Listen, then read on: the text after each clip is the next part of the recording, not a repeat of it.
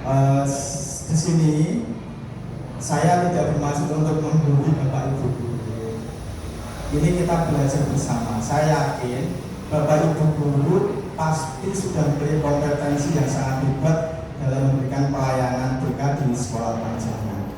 Di sini saya hanya sebatas melaksanakan tugas dan kewajiban, yaitu satu rangkaian kegiatan guru penggerak, di mana dalam rangkaian itu ada yang namanya kegiatan diseminasi budaya positif. Jadi saya nanti mau kerjasamanya Bapak Ibu untuk memberikan masukan atau pertanyaan terkait dengan materi yang saya sampaikan. Mohon ya.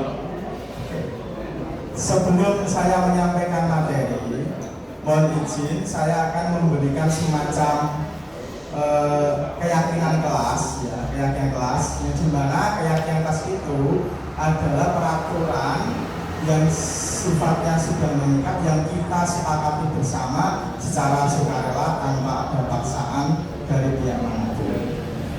Dan materi keyakinan kelas ini maksudnya adalah di kelas ini, bukan di kelas panjangan, di saat saya menyampaikan materi ini.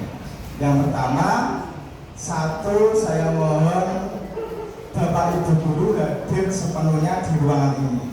Artinya hadir sepenuhnya itu jiwa raganya di sini, fokusnya juga di sini. Jangan sampai jiwa raganya di sini, tapi fokusnya di pasar misalnya. Itu saya lakukan. Itu yang pertama. Yang kedua, sekali lagi mohon maaf, HP untuk sementara di silent dulu. Mohon izin HP di silent dulu. Itu yang kedua. Yang ketiga, tetap menjaga kebersihan, ya, kebersihan kelas tetap dijaga. Itu yang ketiga. Yang keempat, Bapak Ibu guru nanti saya minta keaktifannya dalam kegiatan ini, entah dalam suatu memberikan pertanyaan maupun tambahan kaitan dengan materi yang saya sampaikan. Yang kelima nanti saya minta mungkin salah satu atau salah dua Bapak Ibu untuk bersedia bermain peran, ya, membantu biasa untuk sekedar bermain peran, yang satu atau dua orang itu. Yang terakhir, saya harapkan Bapak Ibu guru bisa mengikuti kegiatan ini dari awal sampai akhir. Saya minta kurang lebih di materi saya ini saya membutuhkan waktu sekitar 60 menit Pak, 1 jam cukup, 60 menit. Terus video di belakang itu nanti saya masukkan ke situ atau saya upload ke PMM. Nanti wajah Bapak Ibu guru nanti semua kelihatan di situ. Ya, nanti bisa mengomentari. Itu yang terakhir. Betul nggih? Sepakat dengan keyakinan kelas ini? Sepakatannya? Sepakat Bapak Ibu? Oke, terima kasih. Lanjut Pak. Next. Oke. Pokok bahasan ini nanti yang kita bahas bersama, yang pertama adalah disiplin positif dan nilai kebajikan. Yang kedua, motivasi, hukuman dan penghargaan. Yang ketiga, keyakinan kelas. Yang keempat, kebutuhan dasar manusia. Yang kelima, posisi kontrol. Dan yang terakhir adalah segitiga restitusi. Ini nanti yang kita bahas. Lanjut Pak. Nah ini ada semacam nanti saya mohon kesukaan Bapak Ibu. Ini ada semacam seperti permainan tapi mengandung makna yang sangat dalam. Ya. Namanya cobalah buka. Ada A dan B, Anda dan teman Anda, ini dua orang. Tugas A mengepalkan salah satu tangan dan coba bayangkan Anda menyimpan sesuatu yang berharga di dalam kepalan tangan Anda. Anda perlu menjaga benda tersebut sekuat tenaga karena begitu pentingnya benda tersebut dalam kehidupan Anda. Sementara yang teman Anda yang B akan mencoba dengan sekuat tenaga dengan berbagai cara untuk meminta Anda memberikan benda tersebut. B bisa membujuk, mengancam, menghardik, merayu, menyuap apa saja agar dapat membuka kepalan tangan Anda. Apa yang terjadi? Nah, ini saya minta dua orang ini. Nah, mungkin Pak Edi Pak, bisa maju Pak? Boleh. berani, coba. Oke. Yang satu dengan kita siapa? Pak Kalim. Pak Kalim, ya silakan.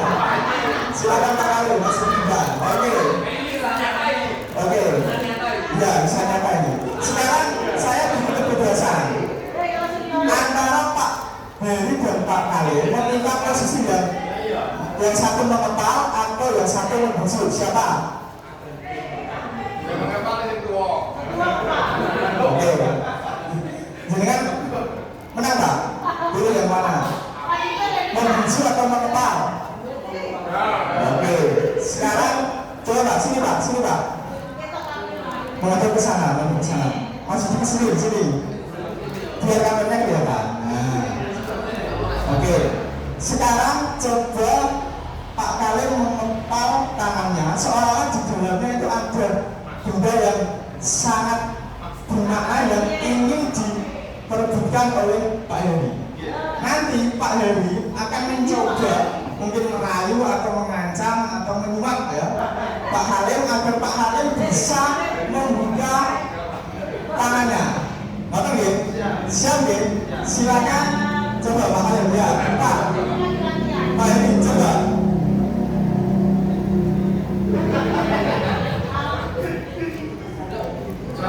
Coba.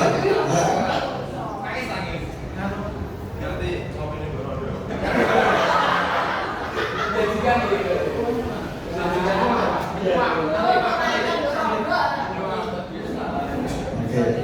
Ayo, bisa lagi.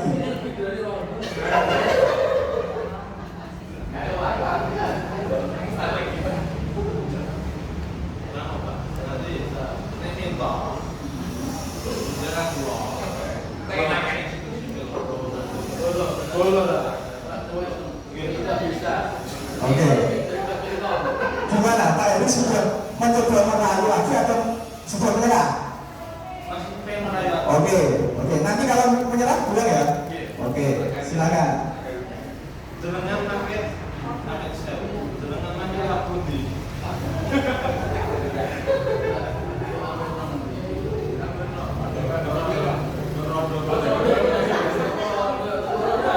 Biasanya begitu aku. Oke, terima kasih ya. Tepuk tangan untuk Pak Heri dan Pak Halim. Oke, silakan kembali Pak. Terima kasih. Panjenengan tadi telah melihat ya dua seorang bapak-bapak yang depan, yang satu merayu, yang kedua mengepal tangannya berusaha untuk membukanya. Saya tanyakan, kira-kira posisi kontrol yang ada di dua bapak tadi itu berada di Pak Heri atau Pak Halim? Sebelum saya lanjut materi, posisi kontrol yang mau saya kembali di oke, ya betul itu yang karena Pak Halim tidak mau membuka tangannya. Jadi posisi kontrol itu sebenarnya ada di Pak Halim. Jika tadi Pak Halim bisa membuka tangannya, maka yang memegang kendali adalah di Pak Heri. Oke, lanjut Pak. Nah, ini question clarification ya, mengklarifikasi dari pertanyaan tadi.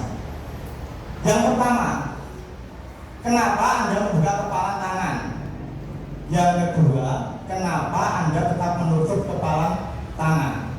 Dan yang ketiga, dalam kegiatan ini sesungguhnya siapa yang memegang kendali kontrol? Yang nomor satu jelas tidak ya, karena Pak Halim tidak membuka tangannya. Yang kedua, kenapa Anda tetap menutup kepalan tangan? Kenapa Pak Halim? Karena mempertahankan sesuatu yang sangat berharga. Oke, karena mempertahankan sesuatu yang sangat berharga. Ya, ini bagus Pak.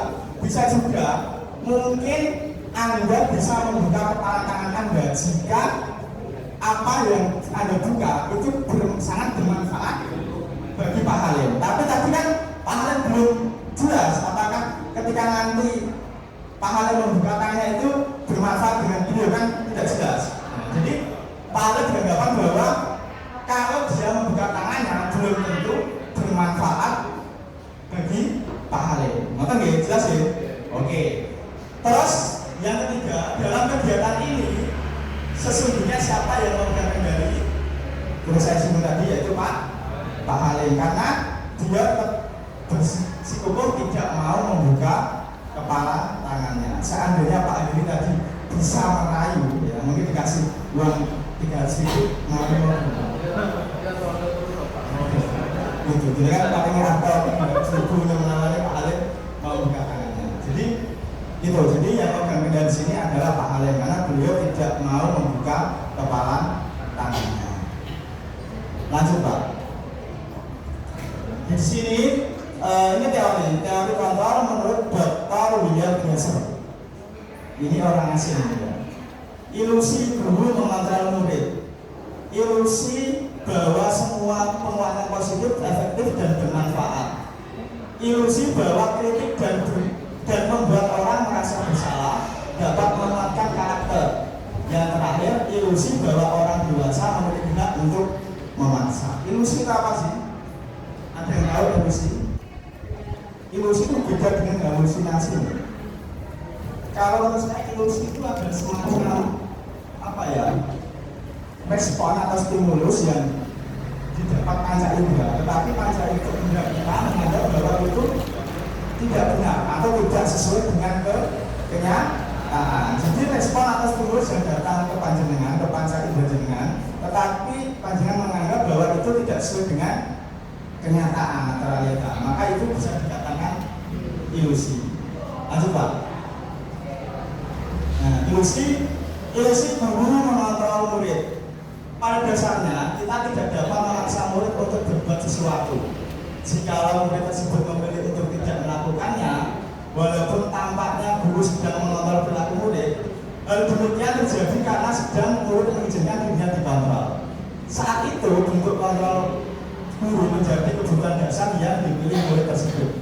Teori kontrol menyatakan bahwa semua perilaku memiliki tujuan bahkan terhadap perilaku yang tidak disukai. Jadi sebenarnya gini, guru selalu mengontrol murid, tetapi yang memegang kendali di sini adalah murid. Jika seorang murid tidak mau membuka kontrol dirinya, maka bapak ibu guru tidak akan bisa mengontrol murid. Jadi seperti itu. Jadi bapak ibu guru mengontrol murid, tapi jika murid tersebut tidak bisa mau membuka kendali kontrolnya, maka bapak ibu guru tidak akan bisa mengontrol murid tersebut. Lanjut Pak.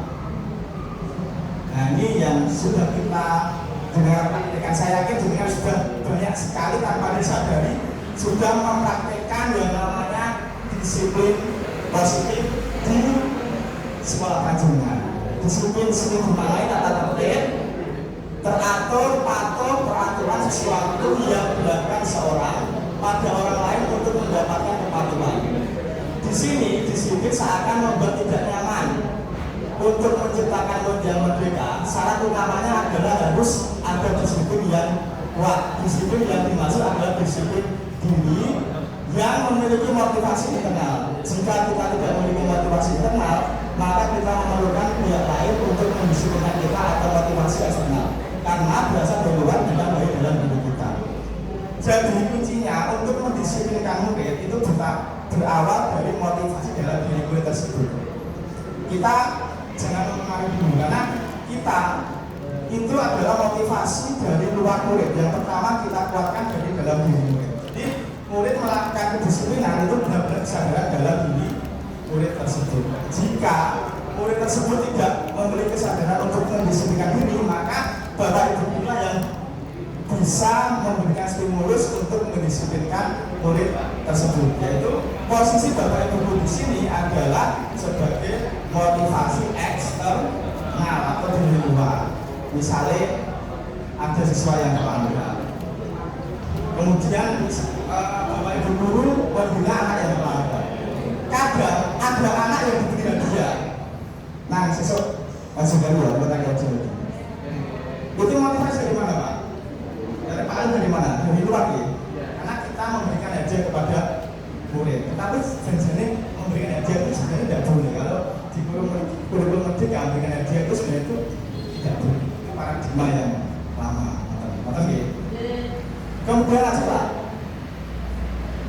Nah, disiplin positif. Di mana ada kemerdekaan di sekolah harus ada disiplin yang kuat.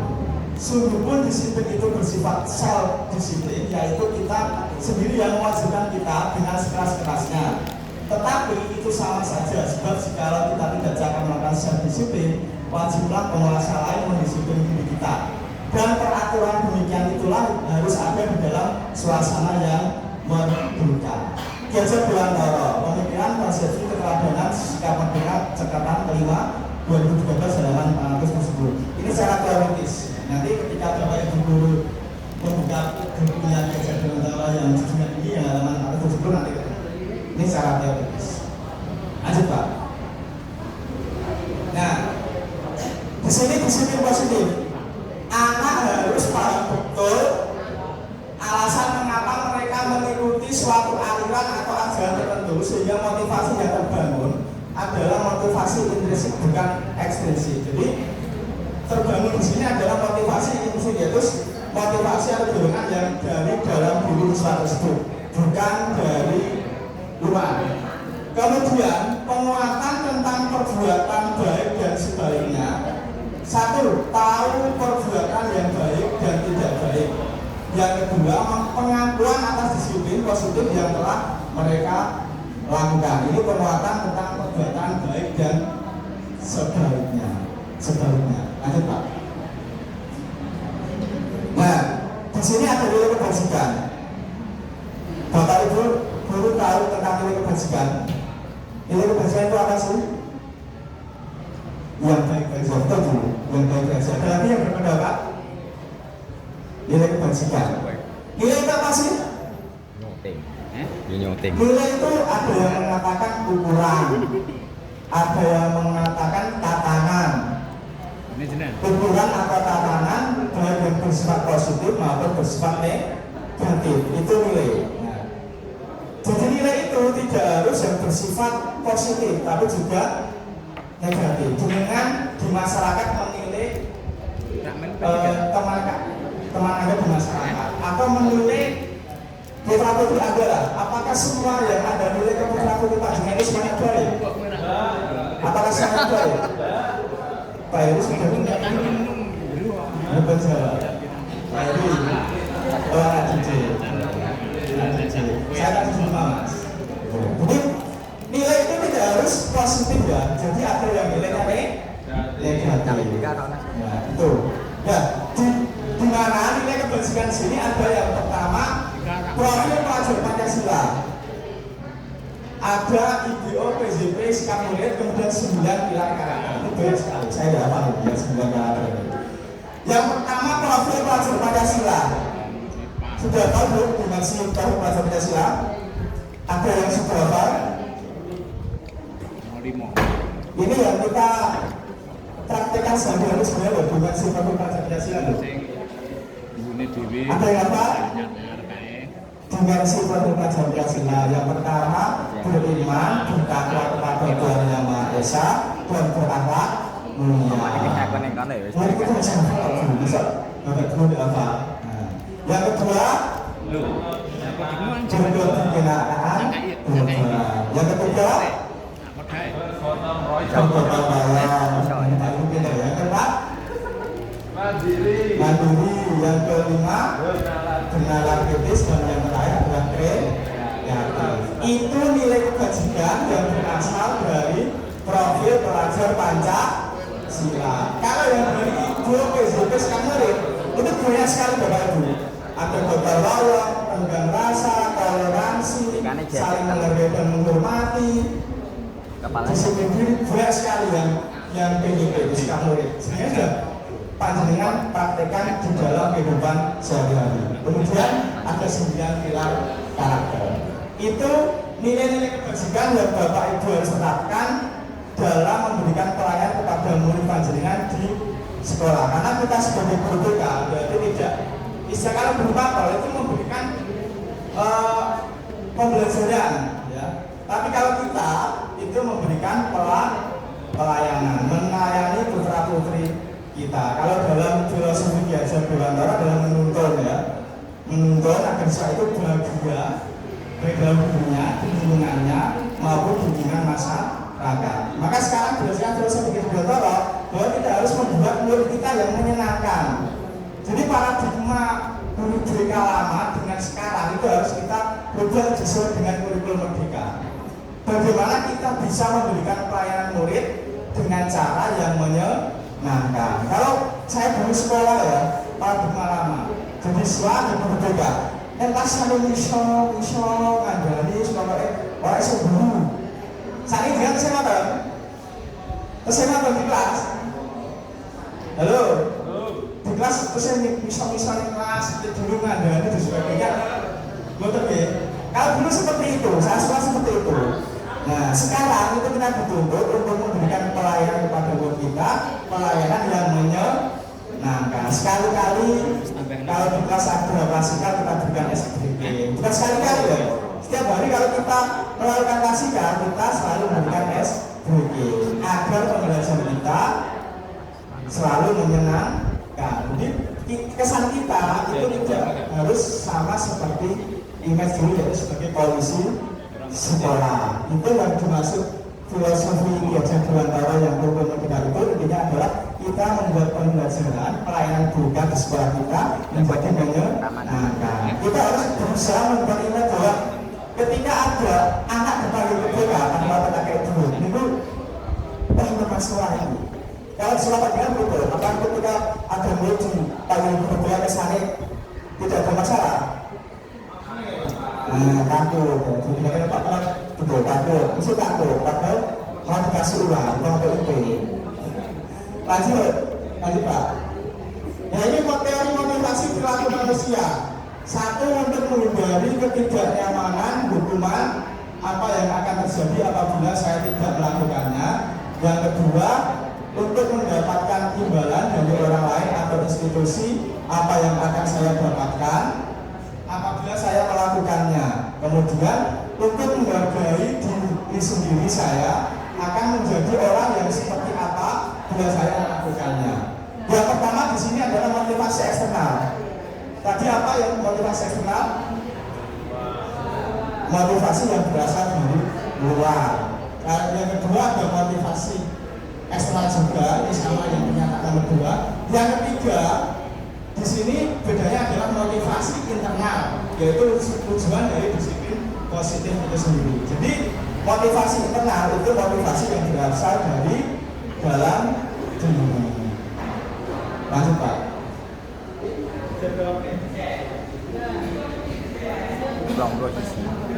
Long posisi. Lanjut.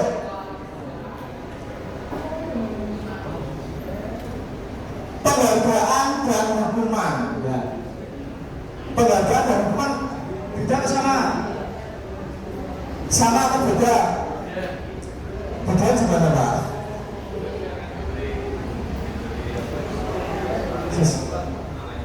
Nah, betul. Kalau hukuman, kita. Nah, jadi betul. Jadi hukuman penghargaan di sini adalah memberikan sesuatu kepada murid yang menyebabkan murid merasa senang. Itu namanya penghargaan. Tidak mungkin murid kita dikasih penghargaan atau setuju, tidak mungkin. Ini perlu dipertanyakan. Nah, secara psikologis perlu dipertanyakan. Begini penghargaan kok sedih, pasti senang. Kemudian hukuman, yang anak diberi hukuman mesti senang atau susah? Kata ada senang, ya kan? Ya, tidak ikut pelajaran. Silakan kamu keluar membersihkan rumput di sana. Silakan. Loh, tapi ada yang senang Pak. Dari Pak Menteri karena dia tidak ikut pelajaran. Kalau penghargaan itu pasti senang, tapi yang namanya hukuman masih ada. Yang rata-rata susah sih rata-rata, tapi ada yang juga senang karena tidak mengikuti pelajaran. Jadi penghargaan maupun hukuman adalah cara-cara mengontrol perilaku seorang yang menghancurkan potensi untuk belajar yang sesungguhnya. Menurut kaum secara ideal tindakan belajar itu sendiri adalah penghargaan sesungguhnya. Lanjut Pak.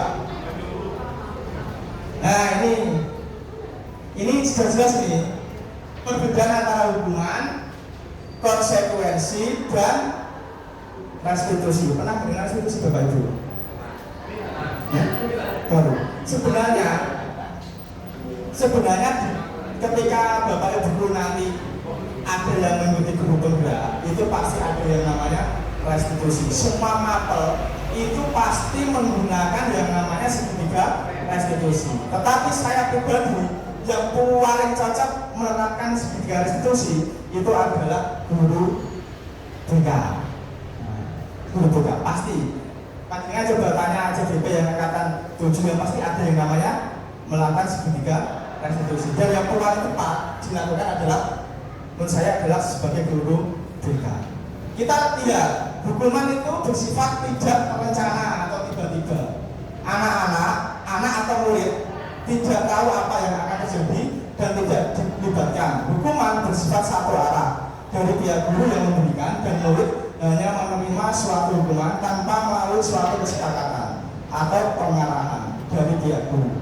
Baik sebelum atau sesudahnya, hukuman yang diberikan bisa berupa fisik maupun psikis. Murid anak disakiti oleh suatu perbuatan atau kata-kata, itu hukuman merasa tersakiti. Kalau konsekuensi adalah terencana atau sudah disepakati, sudah dibahas dan disetujui oleh murid dan guru. Umumnya bentuk-bentuk konsekuensi dibuat oleh pihak guru sekolah dan murid sudah mengetahui sebelumnya konsekuensi yang akan diterima bila ada pelanggaran. Itu konsekuensinya. Restitusi adalah proses menciptakan kondisi bagi murid untuk memperbaiki kesalahan mereka sehingga mereka bisa kembali kepada kelompok mereka dengan karakter yang lebih kuat.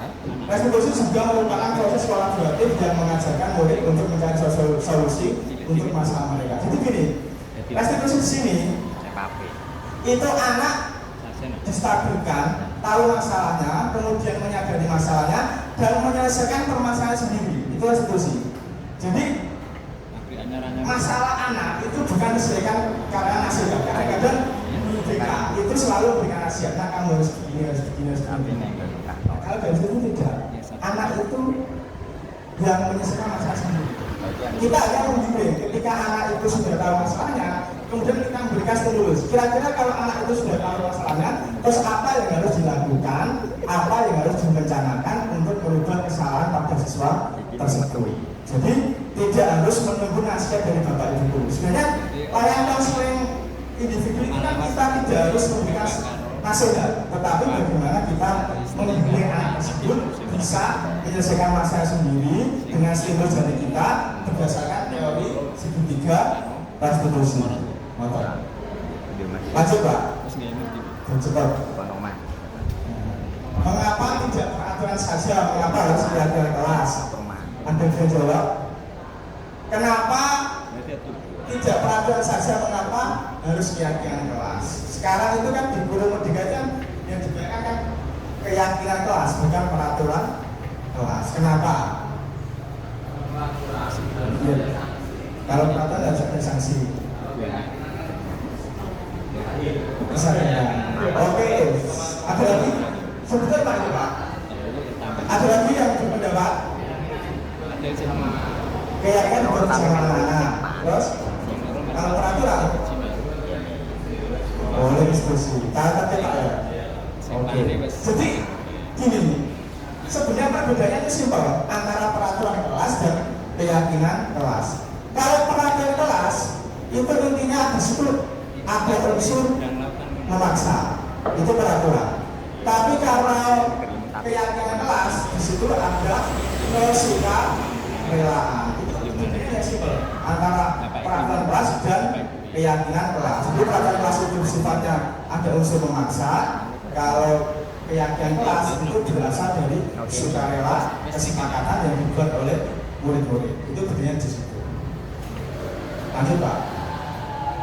Dan cepat Pak. Nah ini. Oke. Saya mohon daripada ngantuk. Coba saya pengen Bapak Ibu Risma berdiri.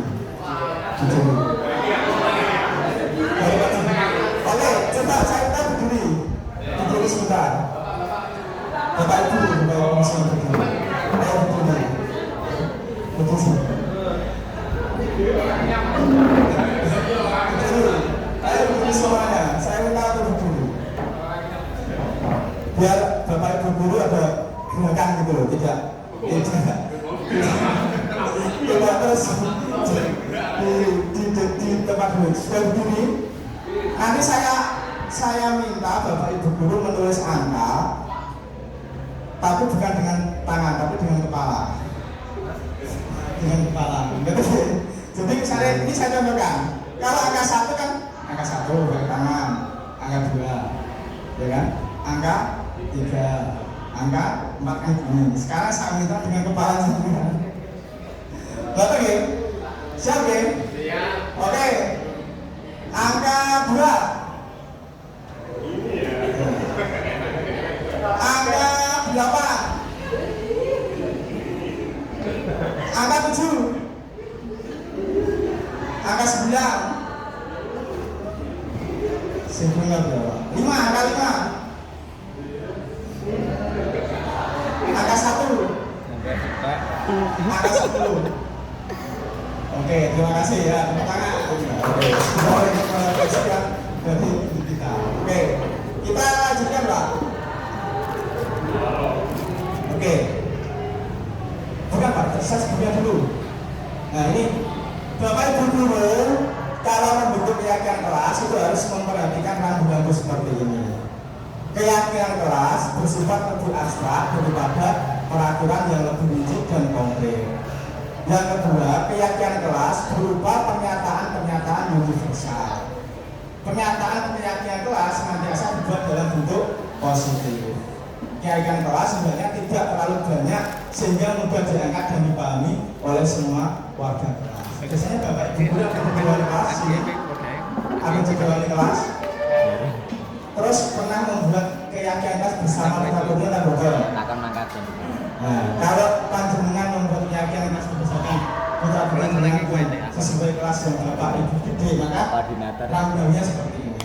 Intinya jangan menggunakan terlalu banyak kata-kata yang harus diingat oleh anak. Jangan terlalu rumit. Nah, itu kuncinya. Lanjut Pak.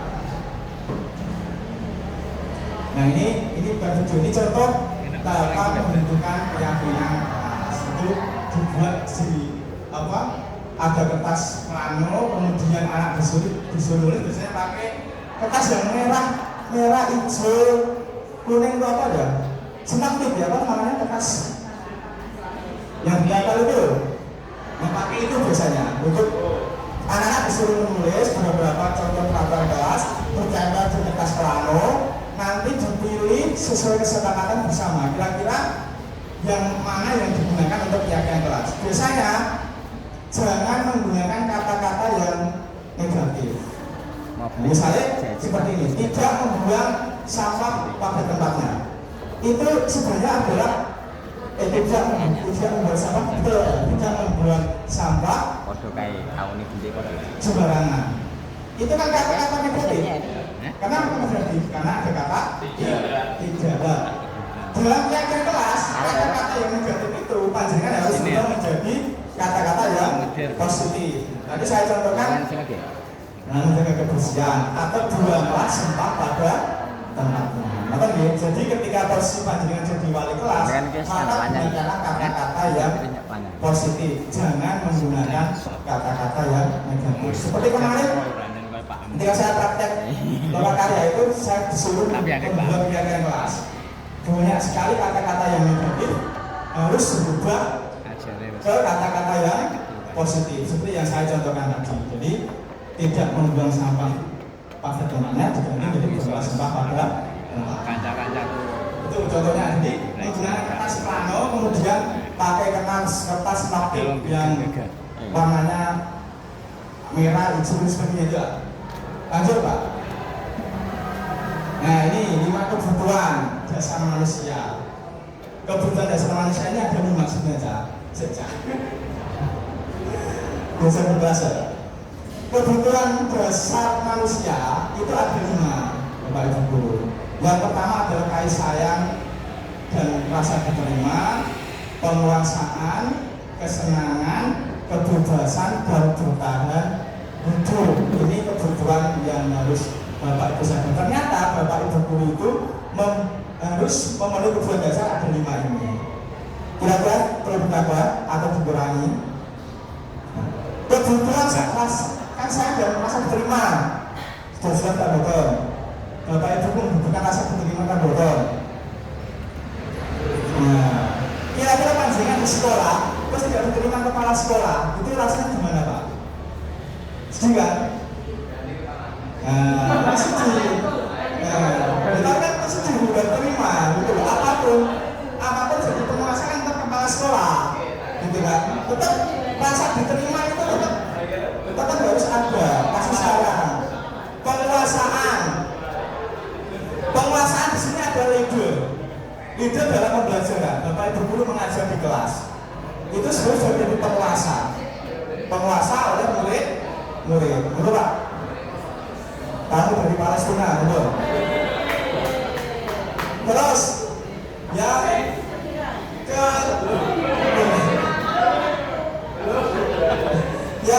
ketiga, kesenangan. Bapak Ibu guru membutuhkan kesenangan atau betul? Betul ada. Kalau pengen lebih terus, tetap betul. Kebebasan, betul bebasan ada. Kebebasan di sini adalah kebebasan yang bertanggung jawab, kebebasan yang positif. Kemudian kekuasaan, jelas. Bertahan hidup. Pengen bertahan hidup tak betul? Ada yang pengen bertahan hidup? Airi? Pengen. Kalau bisa umurnya yang sangat panjang gitu kan? Bertahan hidup. Aja Pak, bercepat. Nah ini yang saya termasuk ada kaitannya dari tadi yang Pak Nur Alim dan Pak Yuri kaitannya dengan 5 posisi kontrol. Yang pertama adalah penghukum, yang kedua pembuat rasa bersalah, yang ketiga teman, yang keempat pemantau, dan yang terakhir sebagai manajer. Jadi guru itu bisa bertindak sebagai penghukum dalam artian hukuman yang positif. Yang kedua pembuat rasa bersalah. Mengapa kamu seperti itu? Apa tidak kasihan sama bapak, tidak kasihan sama ibu? Itu kata-kata yang bisa menunjukkan pembuat rasa bersalah. Teman, bapak ibu guru juga bisa sebagai teman dengan bahasa yang halus, ya, sebagai teman. Kemudian pemantau. Nah, ini memantau, observer, mengobservasi tingkah laku gerak-gerik murid yang ada di sekolah maupun di kelas. Yang terakhir adalah manajer. Manajer ini adalah yang paling tinggi, yang mengotak-ngatik, ya, yang mengarahkan siswa ini. Secara tidak langsung, Bapak Ibu itu punya 5 posisi kontrol yang Bapak Ibu terapkan di sekolah pendidikan masing-masing. Lanjut Pak. Ini tidak bisa jelaskan ya. Nanti saya share. Kalau ada yang butuh materi saya share. Penghukum, membuat orang merasa bersalah, teman, monitor atau pemantau, kemudian manajer. Lanjut Pak. Nah, sebutkan cara menanamkan sikap positif pada murid. Restitusi bukan untuk menebus kesalahan, namun untuk belajar dari kesalahan. Restitusi memperbaiki hubungan. Restitusi adalah tawaran bukan paksaan. Restitusi menuntun untuk melihat keadaan diri. Restitusi mencari kebutuhan dasar yang mendasari tindakan. Restitusi fokus pada karakter bukan tindakan.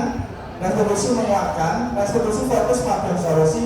Dan restitusi mengembalikan murid yang berbuat salah pada kelompok. Lanjut Pak. Nah ini yang sangat penting nih. Segitiga restitusi itu seperti ini. Ada 3 langkah, yaitu validasi kebutuhan, kemudian menstabilkan identitas, dan menanyakan keyakinan kelas. Bapak Ibu guru ketika melaksanakan konseling individu, misalnya Bapak Ibu memanggil anak karena ada permasalahan, contoh kecil masalah terlambat. Ya.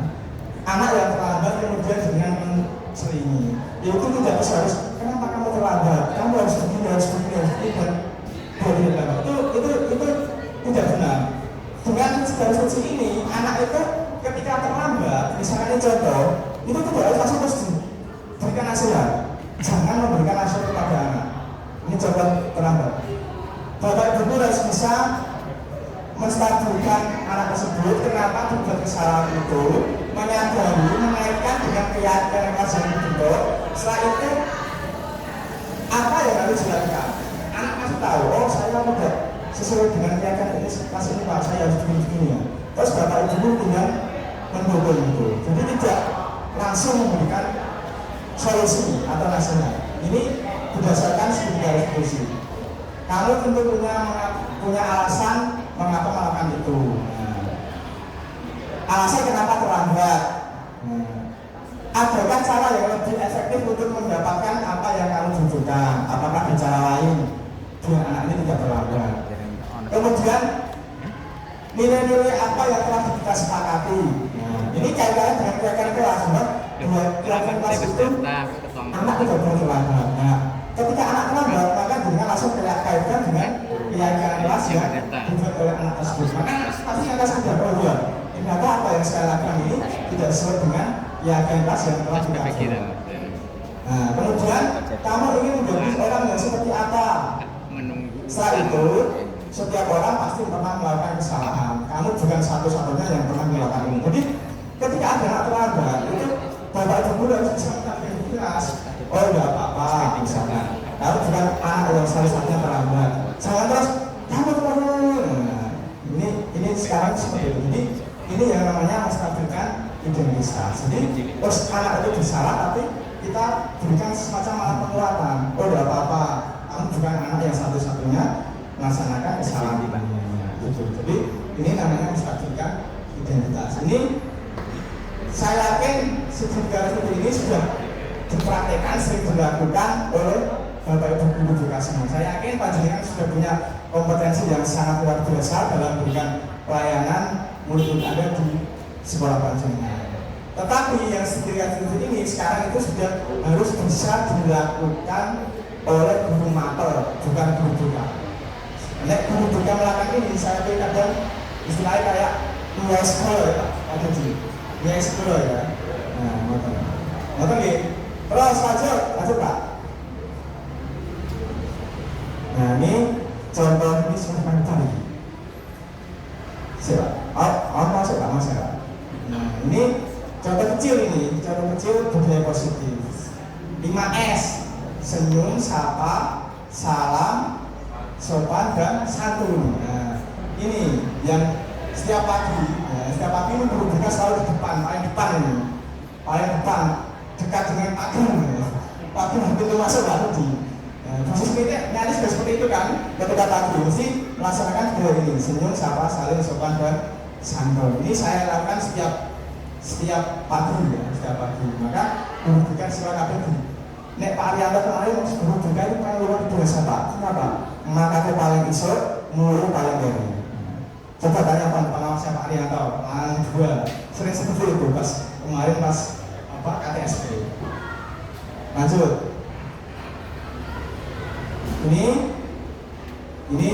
Ini diskusi dalam membuat keyakinan kelas. Juga merupakan keyakinan sekolah yaitu adanya pendidikan karakter. Dalam hal ini saya bersetarkan sejawat membuat SOP pelayanan belajar namun mulai bersalaman masuk sekolah dengan menerapkan senyum, sapa, salam, sopan dan santun. Begitupun waktu pulang sekolah sehingga dalam praktek sehari-hari sudah bisa dilaksanakan dengan baik dan tertib. Itu bahasa dengan baik dan tertib. Nanti Pak. Ya selesai. Salam bergerak dan menggerakkan. Itu slogan dari CGP Guru Bangga. Terima kasih. Itu secuil materi yang dapat saya sampaikan. Mudah-mudahan Bapak Ibu guru bisa mengaplikasikannya. Jika nanti butuh materi, kalau butuh saya share di grup. Betul? Itu kemudian selanjutnya saya katakan Bapak Ibu guru mungkin kalau ada yang mau melengkapi atau mau menyimpulkan atau mau menambah atau bertanya, kami persilakan. Mohon. Ya, silakan Bu Nova. Assalamualaikum warahmatullahi wabarakatuh.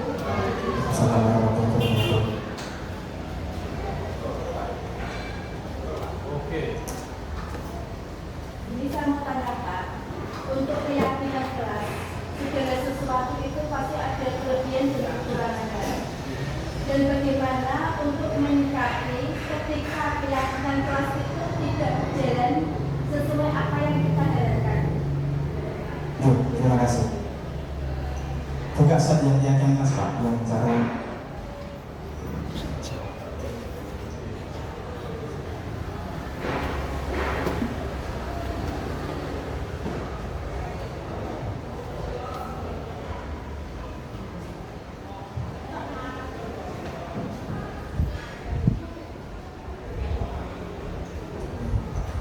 kita lihat ke teori psikologi, ya. Keyakinan kelas ini cara efektif pembentukan keyakinan kelas. Ada 1, 2, 3, 4, 5, 6, 7. Ini yang pertama dulu. Ketika kita membuat keyakinan kelas, kita lihat panduan ini dulu. Yang pertama, ya. Ini yang pertama. Ini kita lihat dulu. Setelah kita sesuai dengan panduan ini, kita buat bersama. Intinya jangan membuat keyakinan kelas di kelas itu dengan sesuatu yang sulit dilaksanakan, yang mudah tapi sifatnya membangun, ya kan? Kemudian memang betul pastinya ketika kita membuat keyakinan kelas, contohnya datang tepat waktu, ya. Yang kedua selalu mengerjakan PR. Ini contoh. Tetapi kenyataannya ketika anak tersebut sudah membuat keyakinan kelas, contoh dari sifat ada kata anak tidak boleh terlambat, anak mengerjakan PR. Tapi kenyataannya memang betul sudah dibentuk keyakinan kelas itu, sudah disepakati secara sukarela, tapi kenyataannya masih ada anak yang terlambat, anak yang tidak mengerjakan PR. Itu masih dengan seperti itu kan berarti kan. Tetapi tidak semua keyakinan kelas itu tidak berjalan dulu. Artinya ya tadi ketika ada keyakinan kelas anak-anak tidak boleh terlambat. Kan tidak mungkin satu kelas itu terlambat, semua tidak mungkin. Dan tidak mungkin ya, tidak mungkin ya. Satu kelas tidak mengerjakan PR. Kita evaluasi dulu. Yang tidak berjalan yang mana? Maka dulu, setelah misalnya ada anak yang terlambat, kemudian ada anak yang tidak mengerjakan PR, kita berikan pemetaan. Kalau saya biasanya ada pemetaan anak yang biasanya terlambat berapa anak, anak yang tidak mengerjakan PR berapa anak. Kita berikan layanan yang namanya konseling kelompok. Maka dulu, itu dari saya. Jadi ketika tidak berjalan itu tidak sepenuhnya satu kelas tidak bisa menjalankan. Pasti adanya beberapa. Kita beberapa itu kita berikan pemetaan, kita evaluasi, kemudian kita punya pelayan yang namanya konseling kelompok atau bimbingan kelompok dari anak tersebut, biar bagaimanapun dia tidak melanggar keyakinan kelas tersebut. Atau dulu kalau kita berulang-ulang kita katakan orang tua. Itu cara menangani dari saya pribadi, mungkin teman-teman yang lain ketika ada anak yang melanggar keyakinan kelas. Atau begitu. Jadi intinya dengan memakai panduan ini. Insya Allah nanti kalau dengan memakai panduan ini mungkin hanya 1-2 anak yang melanggar keyakinan kelas. Tidak sepenuhnya anak tersebut melanggar keyakinan kelas. Apa ya? Sampun? Oke. Terima kasih. Ada yang lain? Ini 1 set. Ada lagi? Oh iya, monggo Pak. Nambahi atau bertanya Pak? Oke, terima kasih ya. Ini Pak Amnan ini dari rekan kamu dari BK, sarjana psikologi ini. Assalamualaikum warahmatullahi wabarakatuh. Terima kasih atas apa yang diberikan. Apa yang disampaikan Pak sampaikan ini memang kondisi idealnya ya, tapi kondisi lapangan berbeda lagi ya Pak. Karena di lapangan kita tentang berbagai macam istilahnya kendala maupun kesulitannya. Yang mungkin saya tekankan adalah kita sebagai guru BK tidak bisa depan berdiri sendiri ya. Kita menggali konsep 3 pusat pendidikan, sekolah, keluarga, masyarakat ya. Nah, salah satunya solusinya bagaimana membentuk disiplin positif. Ini tidak mudah saya yakin, apalagi sekarang dengan konsep maaf ya, kayak donasi, kayak yang lain sebagainya, sekolah apa itu mungkin mengalami sedikit kesulitan ya. Tapi itu tidak menjadi alasan kita untuk misalnya mengeluh dan menjadi apa. Nah, yang saya tekankan adalah pentingnya kita membentuk sikap atau karakter anak itu juga melibatkan orang tuanya ya. Salah satunya dengan apa? Guru BK mungkin kita difasilitasi ya untuk memanggil orang tua kita, bahkan ketika kita bisa dikasihkan dengan membentuk sebuah kayak IAT ya, kelompok orang tua memanggil dengan kayak IAT ya, pola asuh atau bagaimana sudah itu ya, sehingga orang tua itu tahu maaf karena salah satunya seperti yang disebutkan Pak Solekan tadi ya, mungkin itu nanti bisa dikoreksi kebutuhannya, kebutuhan dasar manusia itu Pak. Yang paling bawah itu makan dan minum ya,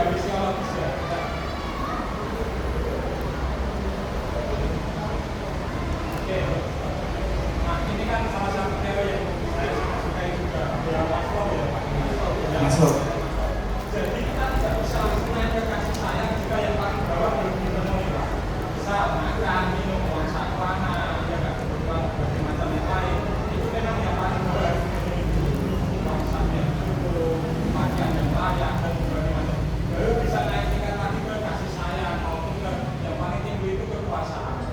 Jadi memang membentuk keyakinan kelas itu kalau kita mau itu mudah dan bisa, tapi kondisi lapangan memang tidak, kadang tidak memungkinkan kita untuk membentuk satu konsep yang sama. Nah, yang saya mau tanyakan ke Mas Sofian adalah bagaimana kita ketika menemukan anak yang dalam satu kelompok itu yang tingkat pemahamannya berbeda. Kan salah satu dalam kurikulum merdeka adalah pembelajaran sesuai dengan kebutuhan anak. Nah, tips saya dari Mas Sofian bagaimana supaya kita dapat memberikan pemahaman yang berbeda-beda sesuai dengan terima kasih. Oke, terima kasih. Jadi menegaskan dari penolakan Pak Man tadi bahwa ketika yang masalah yang saya sampaikan tadi sebagai idealnya di sekolah, kita tidak tahu latar belakang kita di sekolah di masing-masing seperti apa dan latar belakang orang tua seperti apa. Kita kembali ke mekanisme penanganan masalah di BK. Jadi kadang kita itu tidak sebagai guru BK itu tidak sejalan dengan guru mapel. Contoh kecil, anak tidak mengerjakan PR, terus dilarikan ke BK, Pak anaknya tidak mengerjakan PR, pernah seperti itu ya? Ya, Pak anak kerjaan saya ngantuk. Itu kan tidak harus sepenuhnya itu semua masuk diberikan kepada guru BK. Kita betul. Yang pertama, masalah itu diselesaikan oleh guru di kelas. Contoh tidak mengerjakan PR. Kalau guru tidak bisa mengatasi, baru larinya ke wali kelas. Kalau wali kelas belum bisa mengatasi, baru ke BK. BK tidak bisa mengatasi, puncaknya kita ya kepala sekolah. Saya sudah pernah beberapa kali ada itu masalah, saya titik puncaknya saya ajukan kepada bapak kepala sekolah. Mungkin bapak ibu guru di sekolah Pandangan pasti pernah seperti itu. Jadi kita paham mekanisme BK. Jadi semua masalah di sekolah, di kelas itu tidak sepenuhnya diselesaikan oleh guru BK. Kemudian yang kebutuhan ini memang harus ada tahapannya. Itu yang saya Pak Anam. Jadi anak tidak bisa makan, tidak punya uang saku, terus hanya diberikan sayang cukup. Berarti kan ada tingkatan dalam itu, ada tingkatan dasarnya. Jadi kita tidak selalu pertama memberikan kasih sayang, tapi kebutuhan dasar itu kita tidak penuhi. Jadi memang harus ada tingkatannya. Kemudian yang terakhir didengar apa? Oke.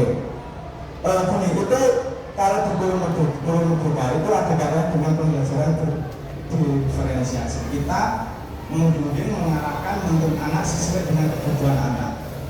Seperti kemarin di sekolah kami, ya Pak ya, ada yang namanya kita berikan tes diagnostik. Ini tantangan bagi saya sebagai guru BK. Ketika guru Pak ini ada tes diagnostik, nah, saya pikir ya sesuatu itu yang membuat adalah guru mapel. Ternyata semuanya dipasrahkan kepada guru BK Pak. Saya dengan Pak Ahmad itu membuat soal berapa Pak? 40 soal tes diagnostik, ya. 300 siswa. Jadi di sekolah kami ada 900 anak, lebih guru BK yang 3 masing-masing menggarap tes diagnostik masing-masing berbeda 300 anak. Saya membuat soal sebanyak 40, saya buat ke Google Form. Kemudian anak tanggal 1 itu saya suruh membawa HP, semuanya bawa HP untuk mengerjakan tes itu. Dan tes itu, tema tes diagnostik itu beda-beda. Ada yang bakat minat, ada yang gaya belajar, motivasi belajar, motivasi bekerja dan sebagainya. Tetapi tes yang saya laksanakan pertama yaitu tes diagnostik gaya belajar.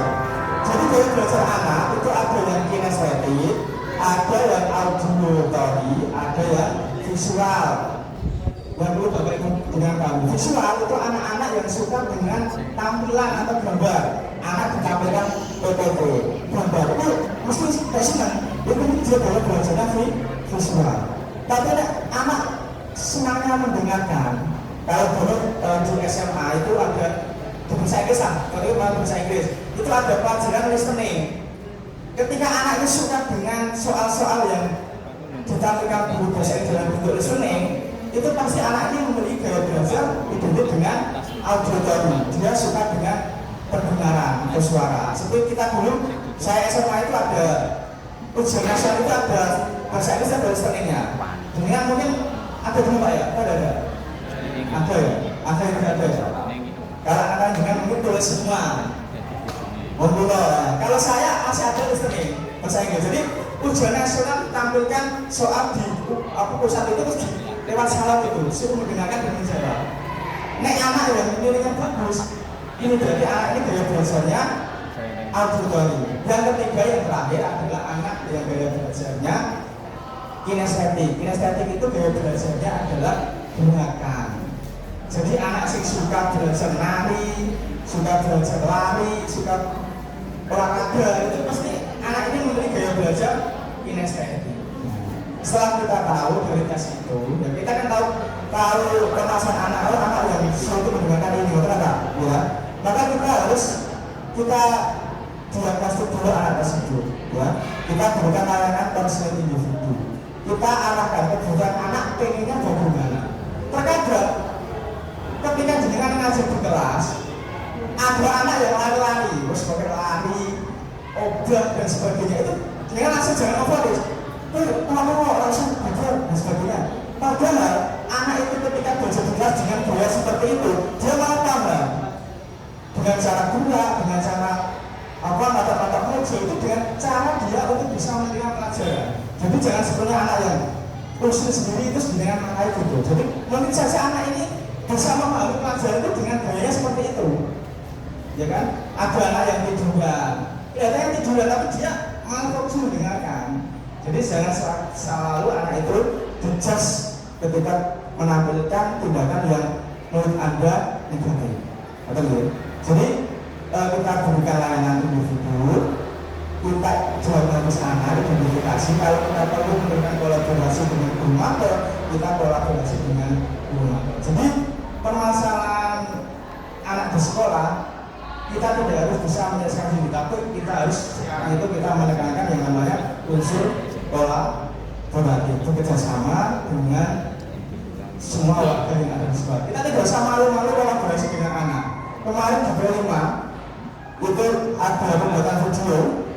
Itu saya tidak malu-malu meminta untuk anak membuat video, Pak kita tolong itu Pak, saya tidak mau, saya tidak gengsi, ini demi anak. Saya juga ikut terlibat dalam video tersebut, padahal video itu adalah video untuk anak. Jadi kolaborasi di sini, Bapak Ibu tidak hanya menekankan pada warga sekolah, pada teman sekolah, tapi kita harus juga bisa berkolaborasi dengan anak bersama. Kita tidak mungkin menyelesaikan masalah itu dengan sendiri. Bahkan kita butuh mengapa anak seperti ini, mengapa anak seperti itu, kita juga butuh kolaborasi dengan siswa, terutama teman dekat dari anak yang bermasalah tersebut.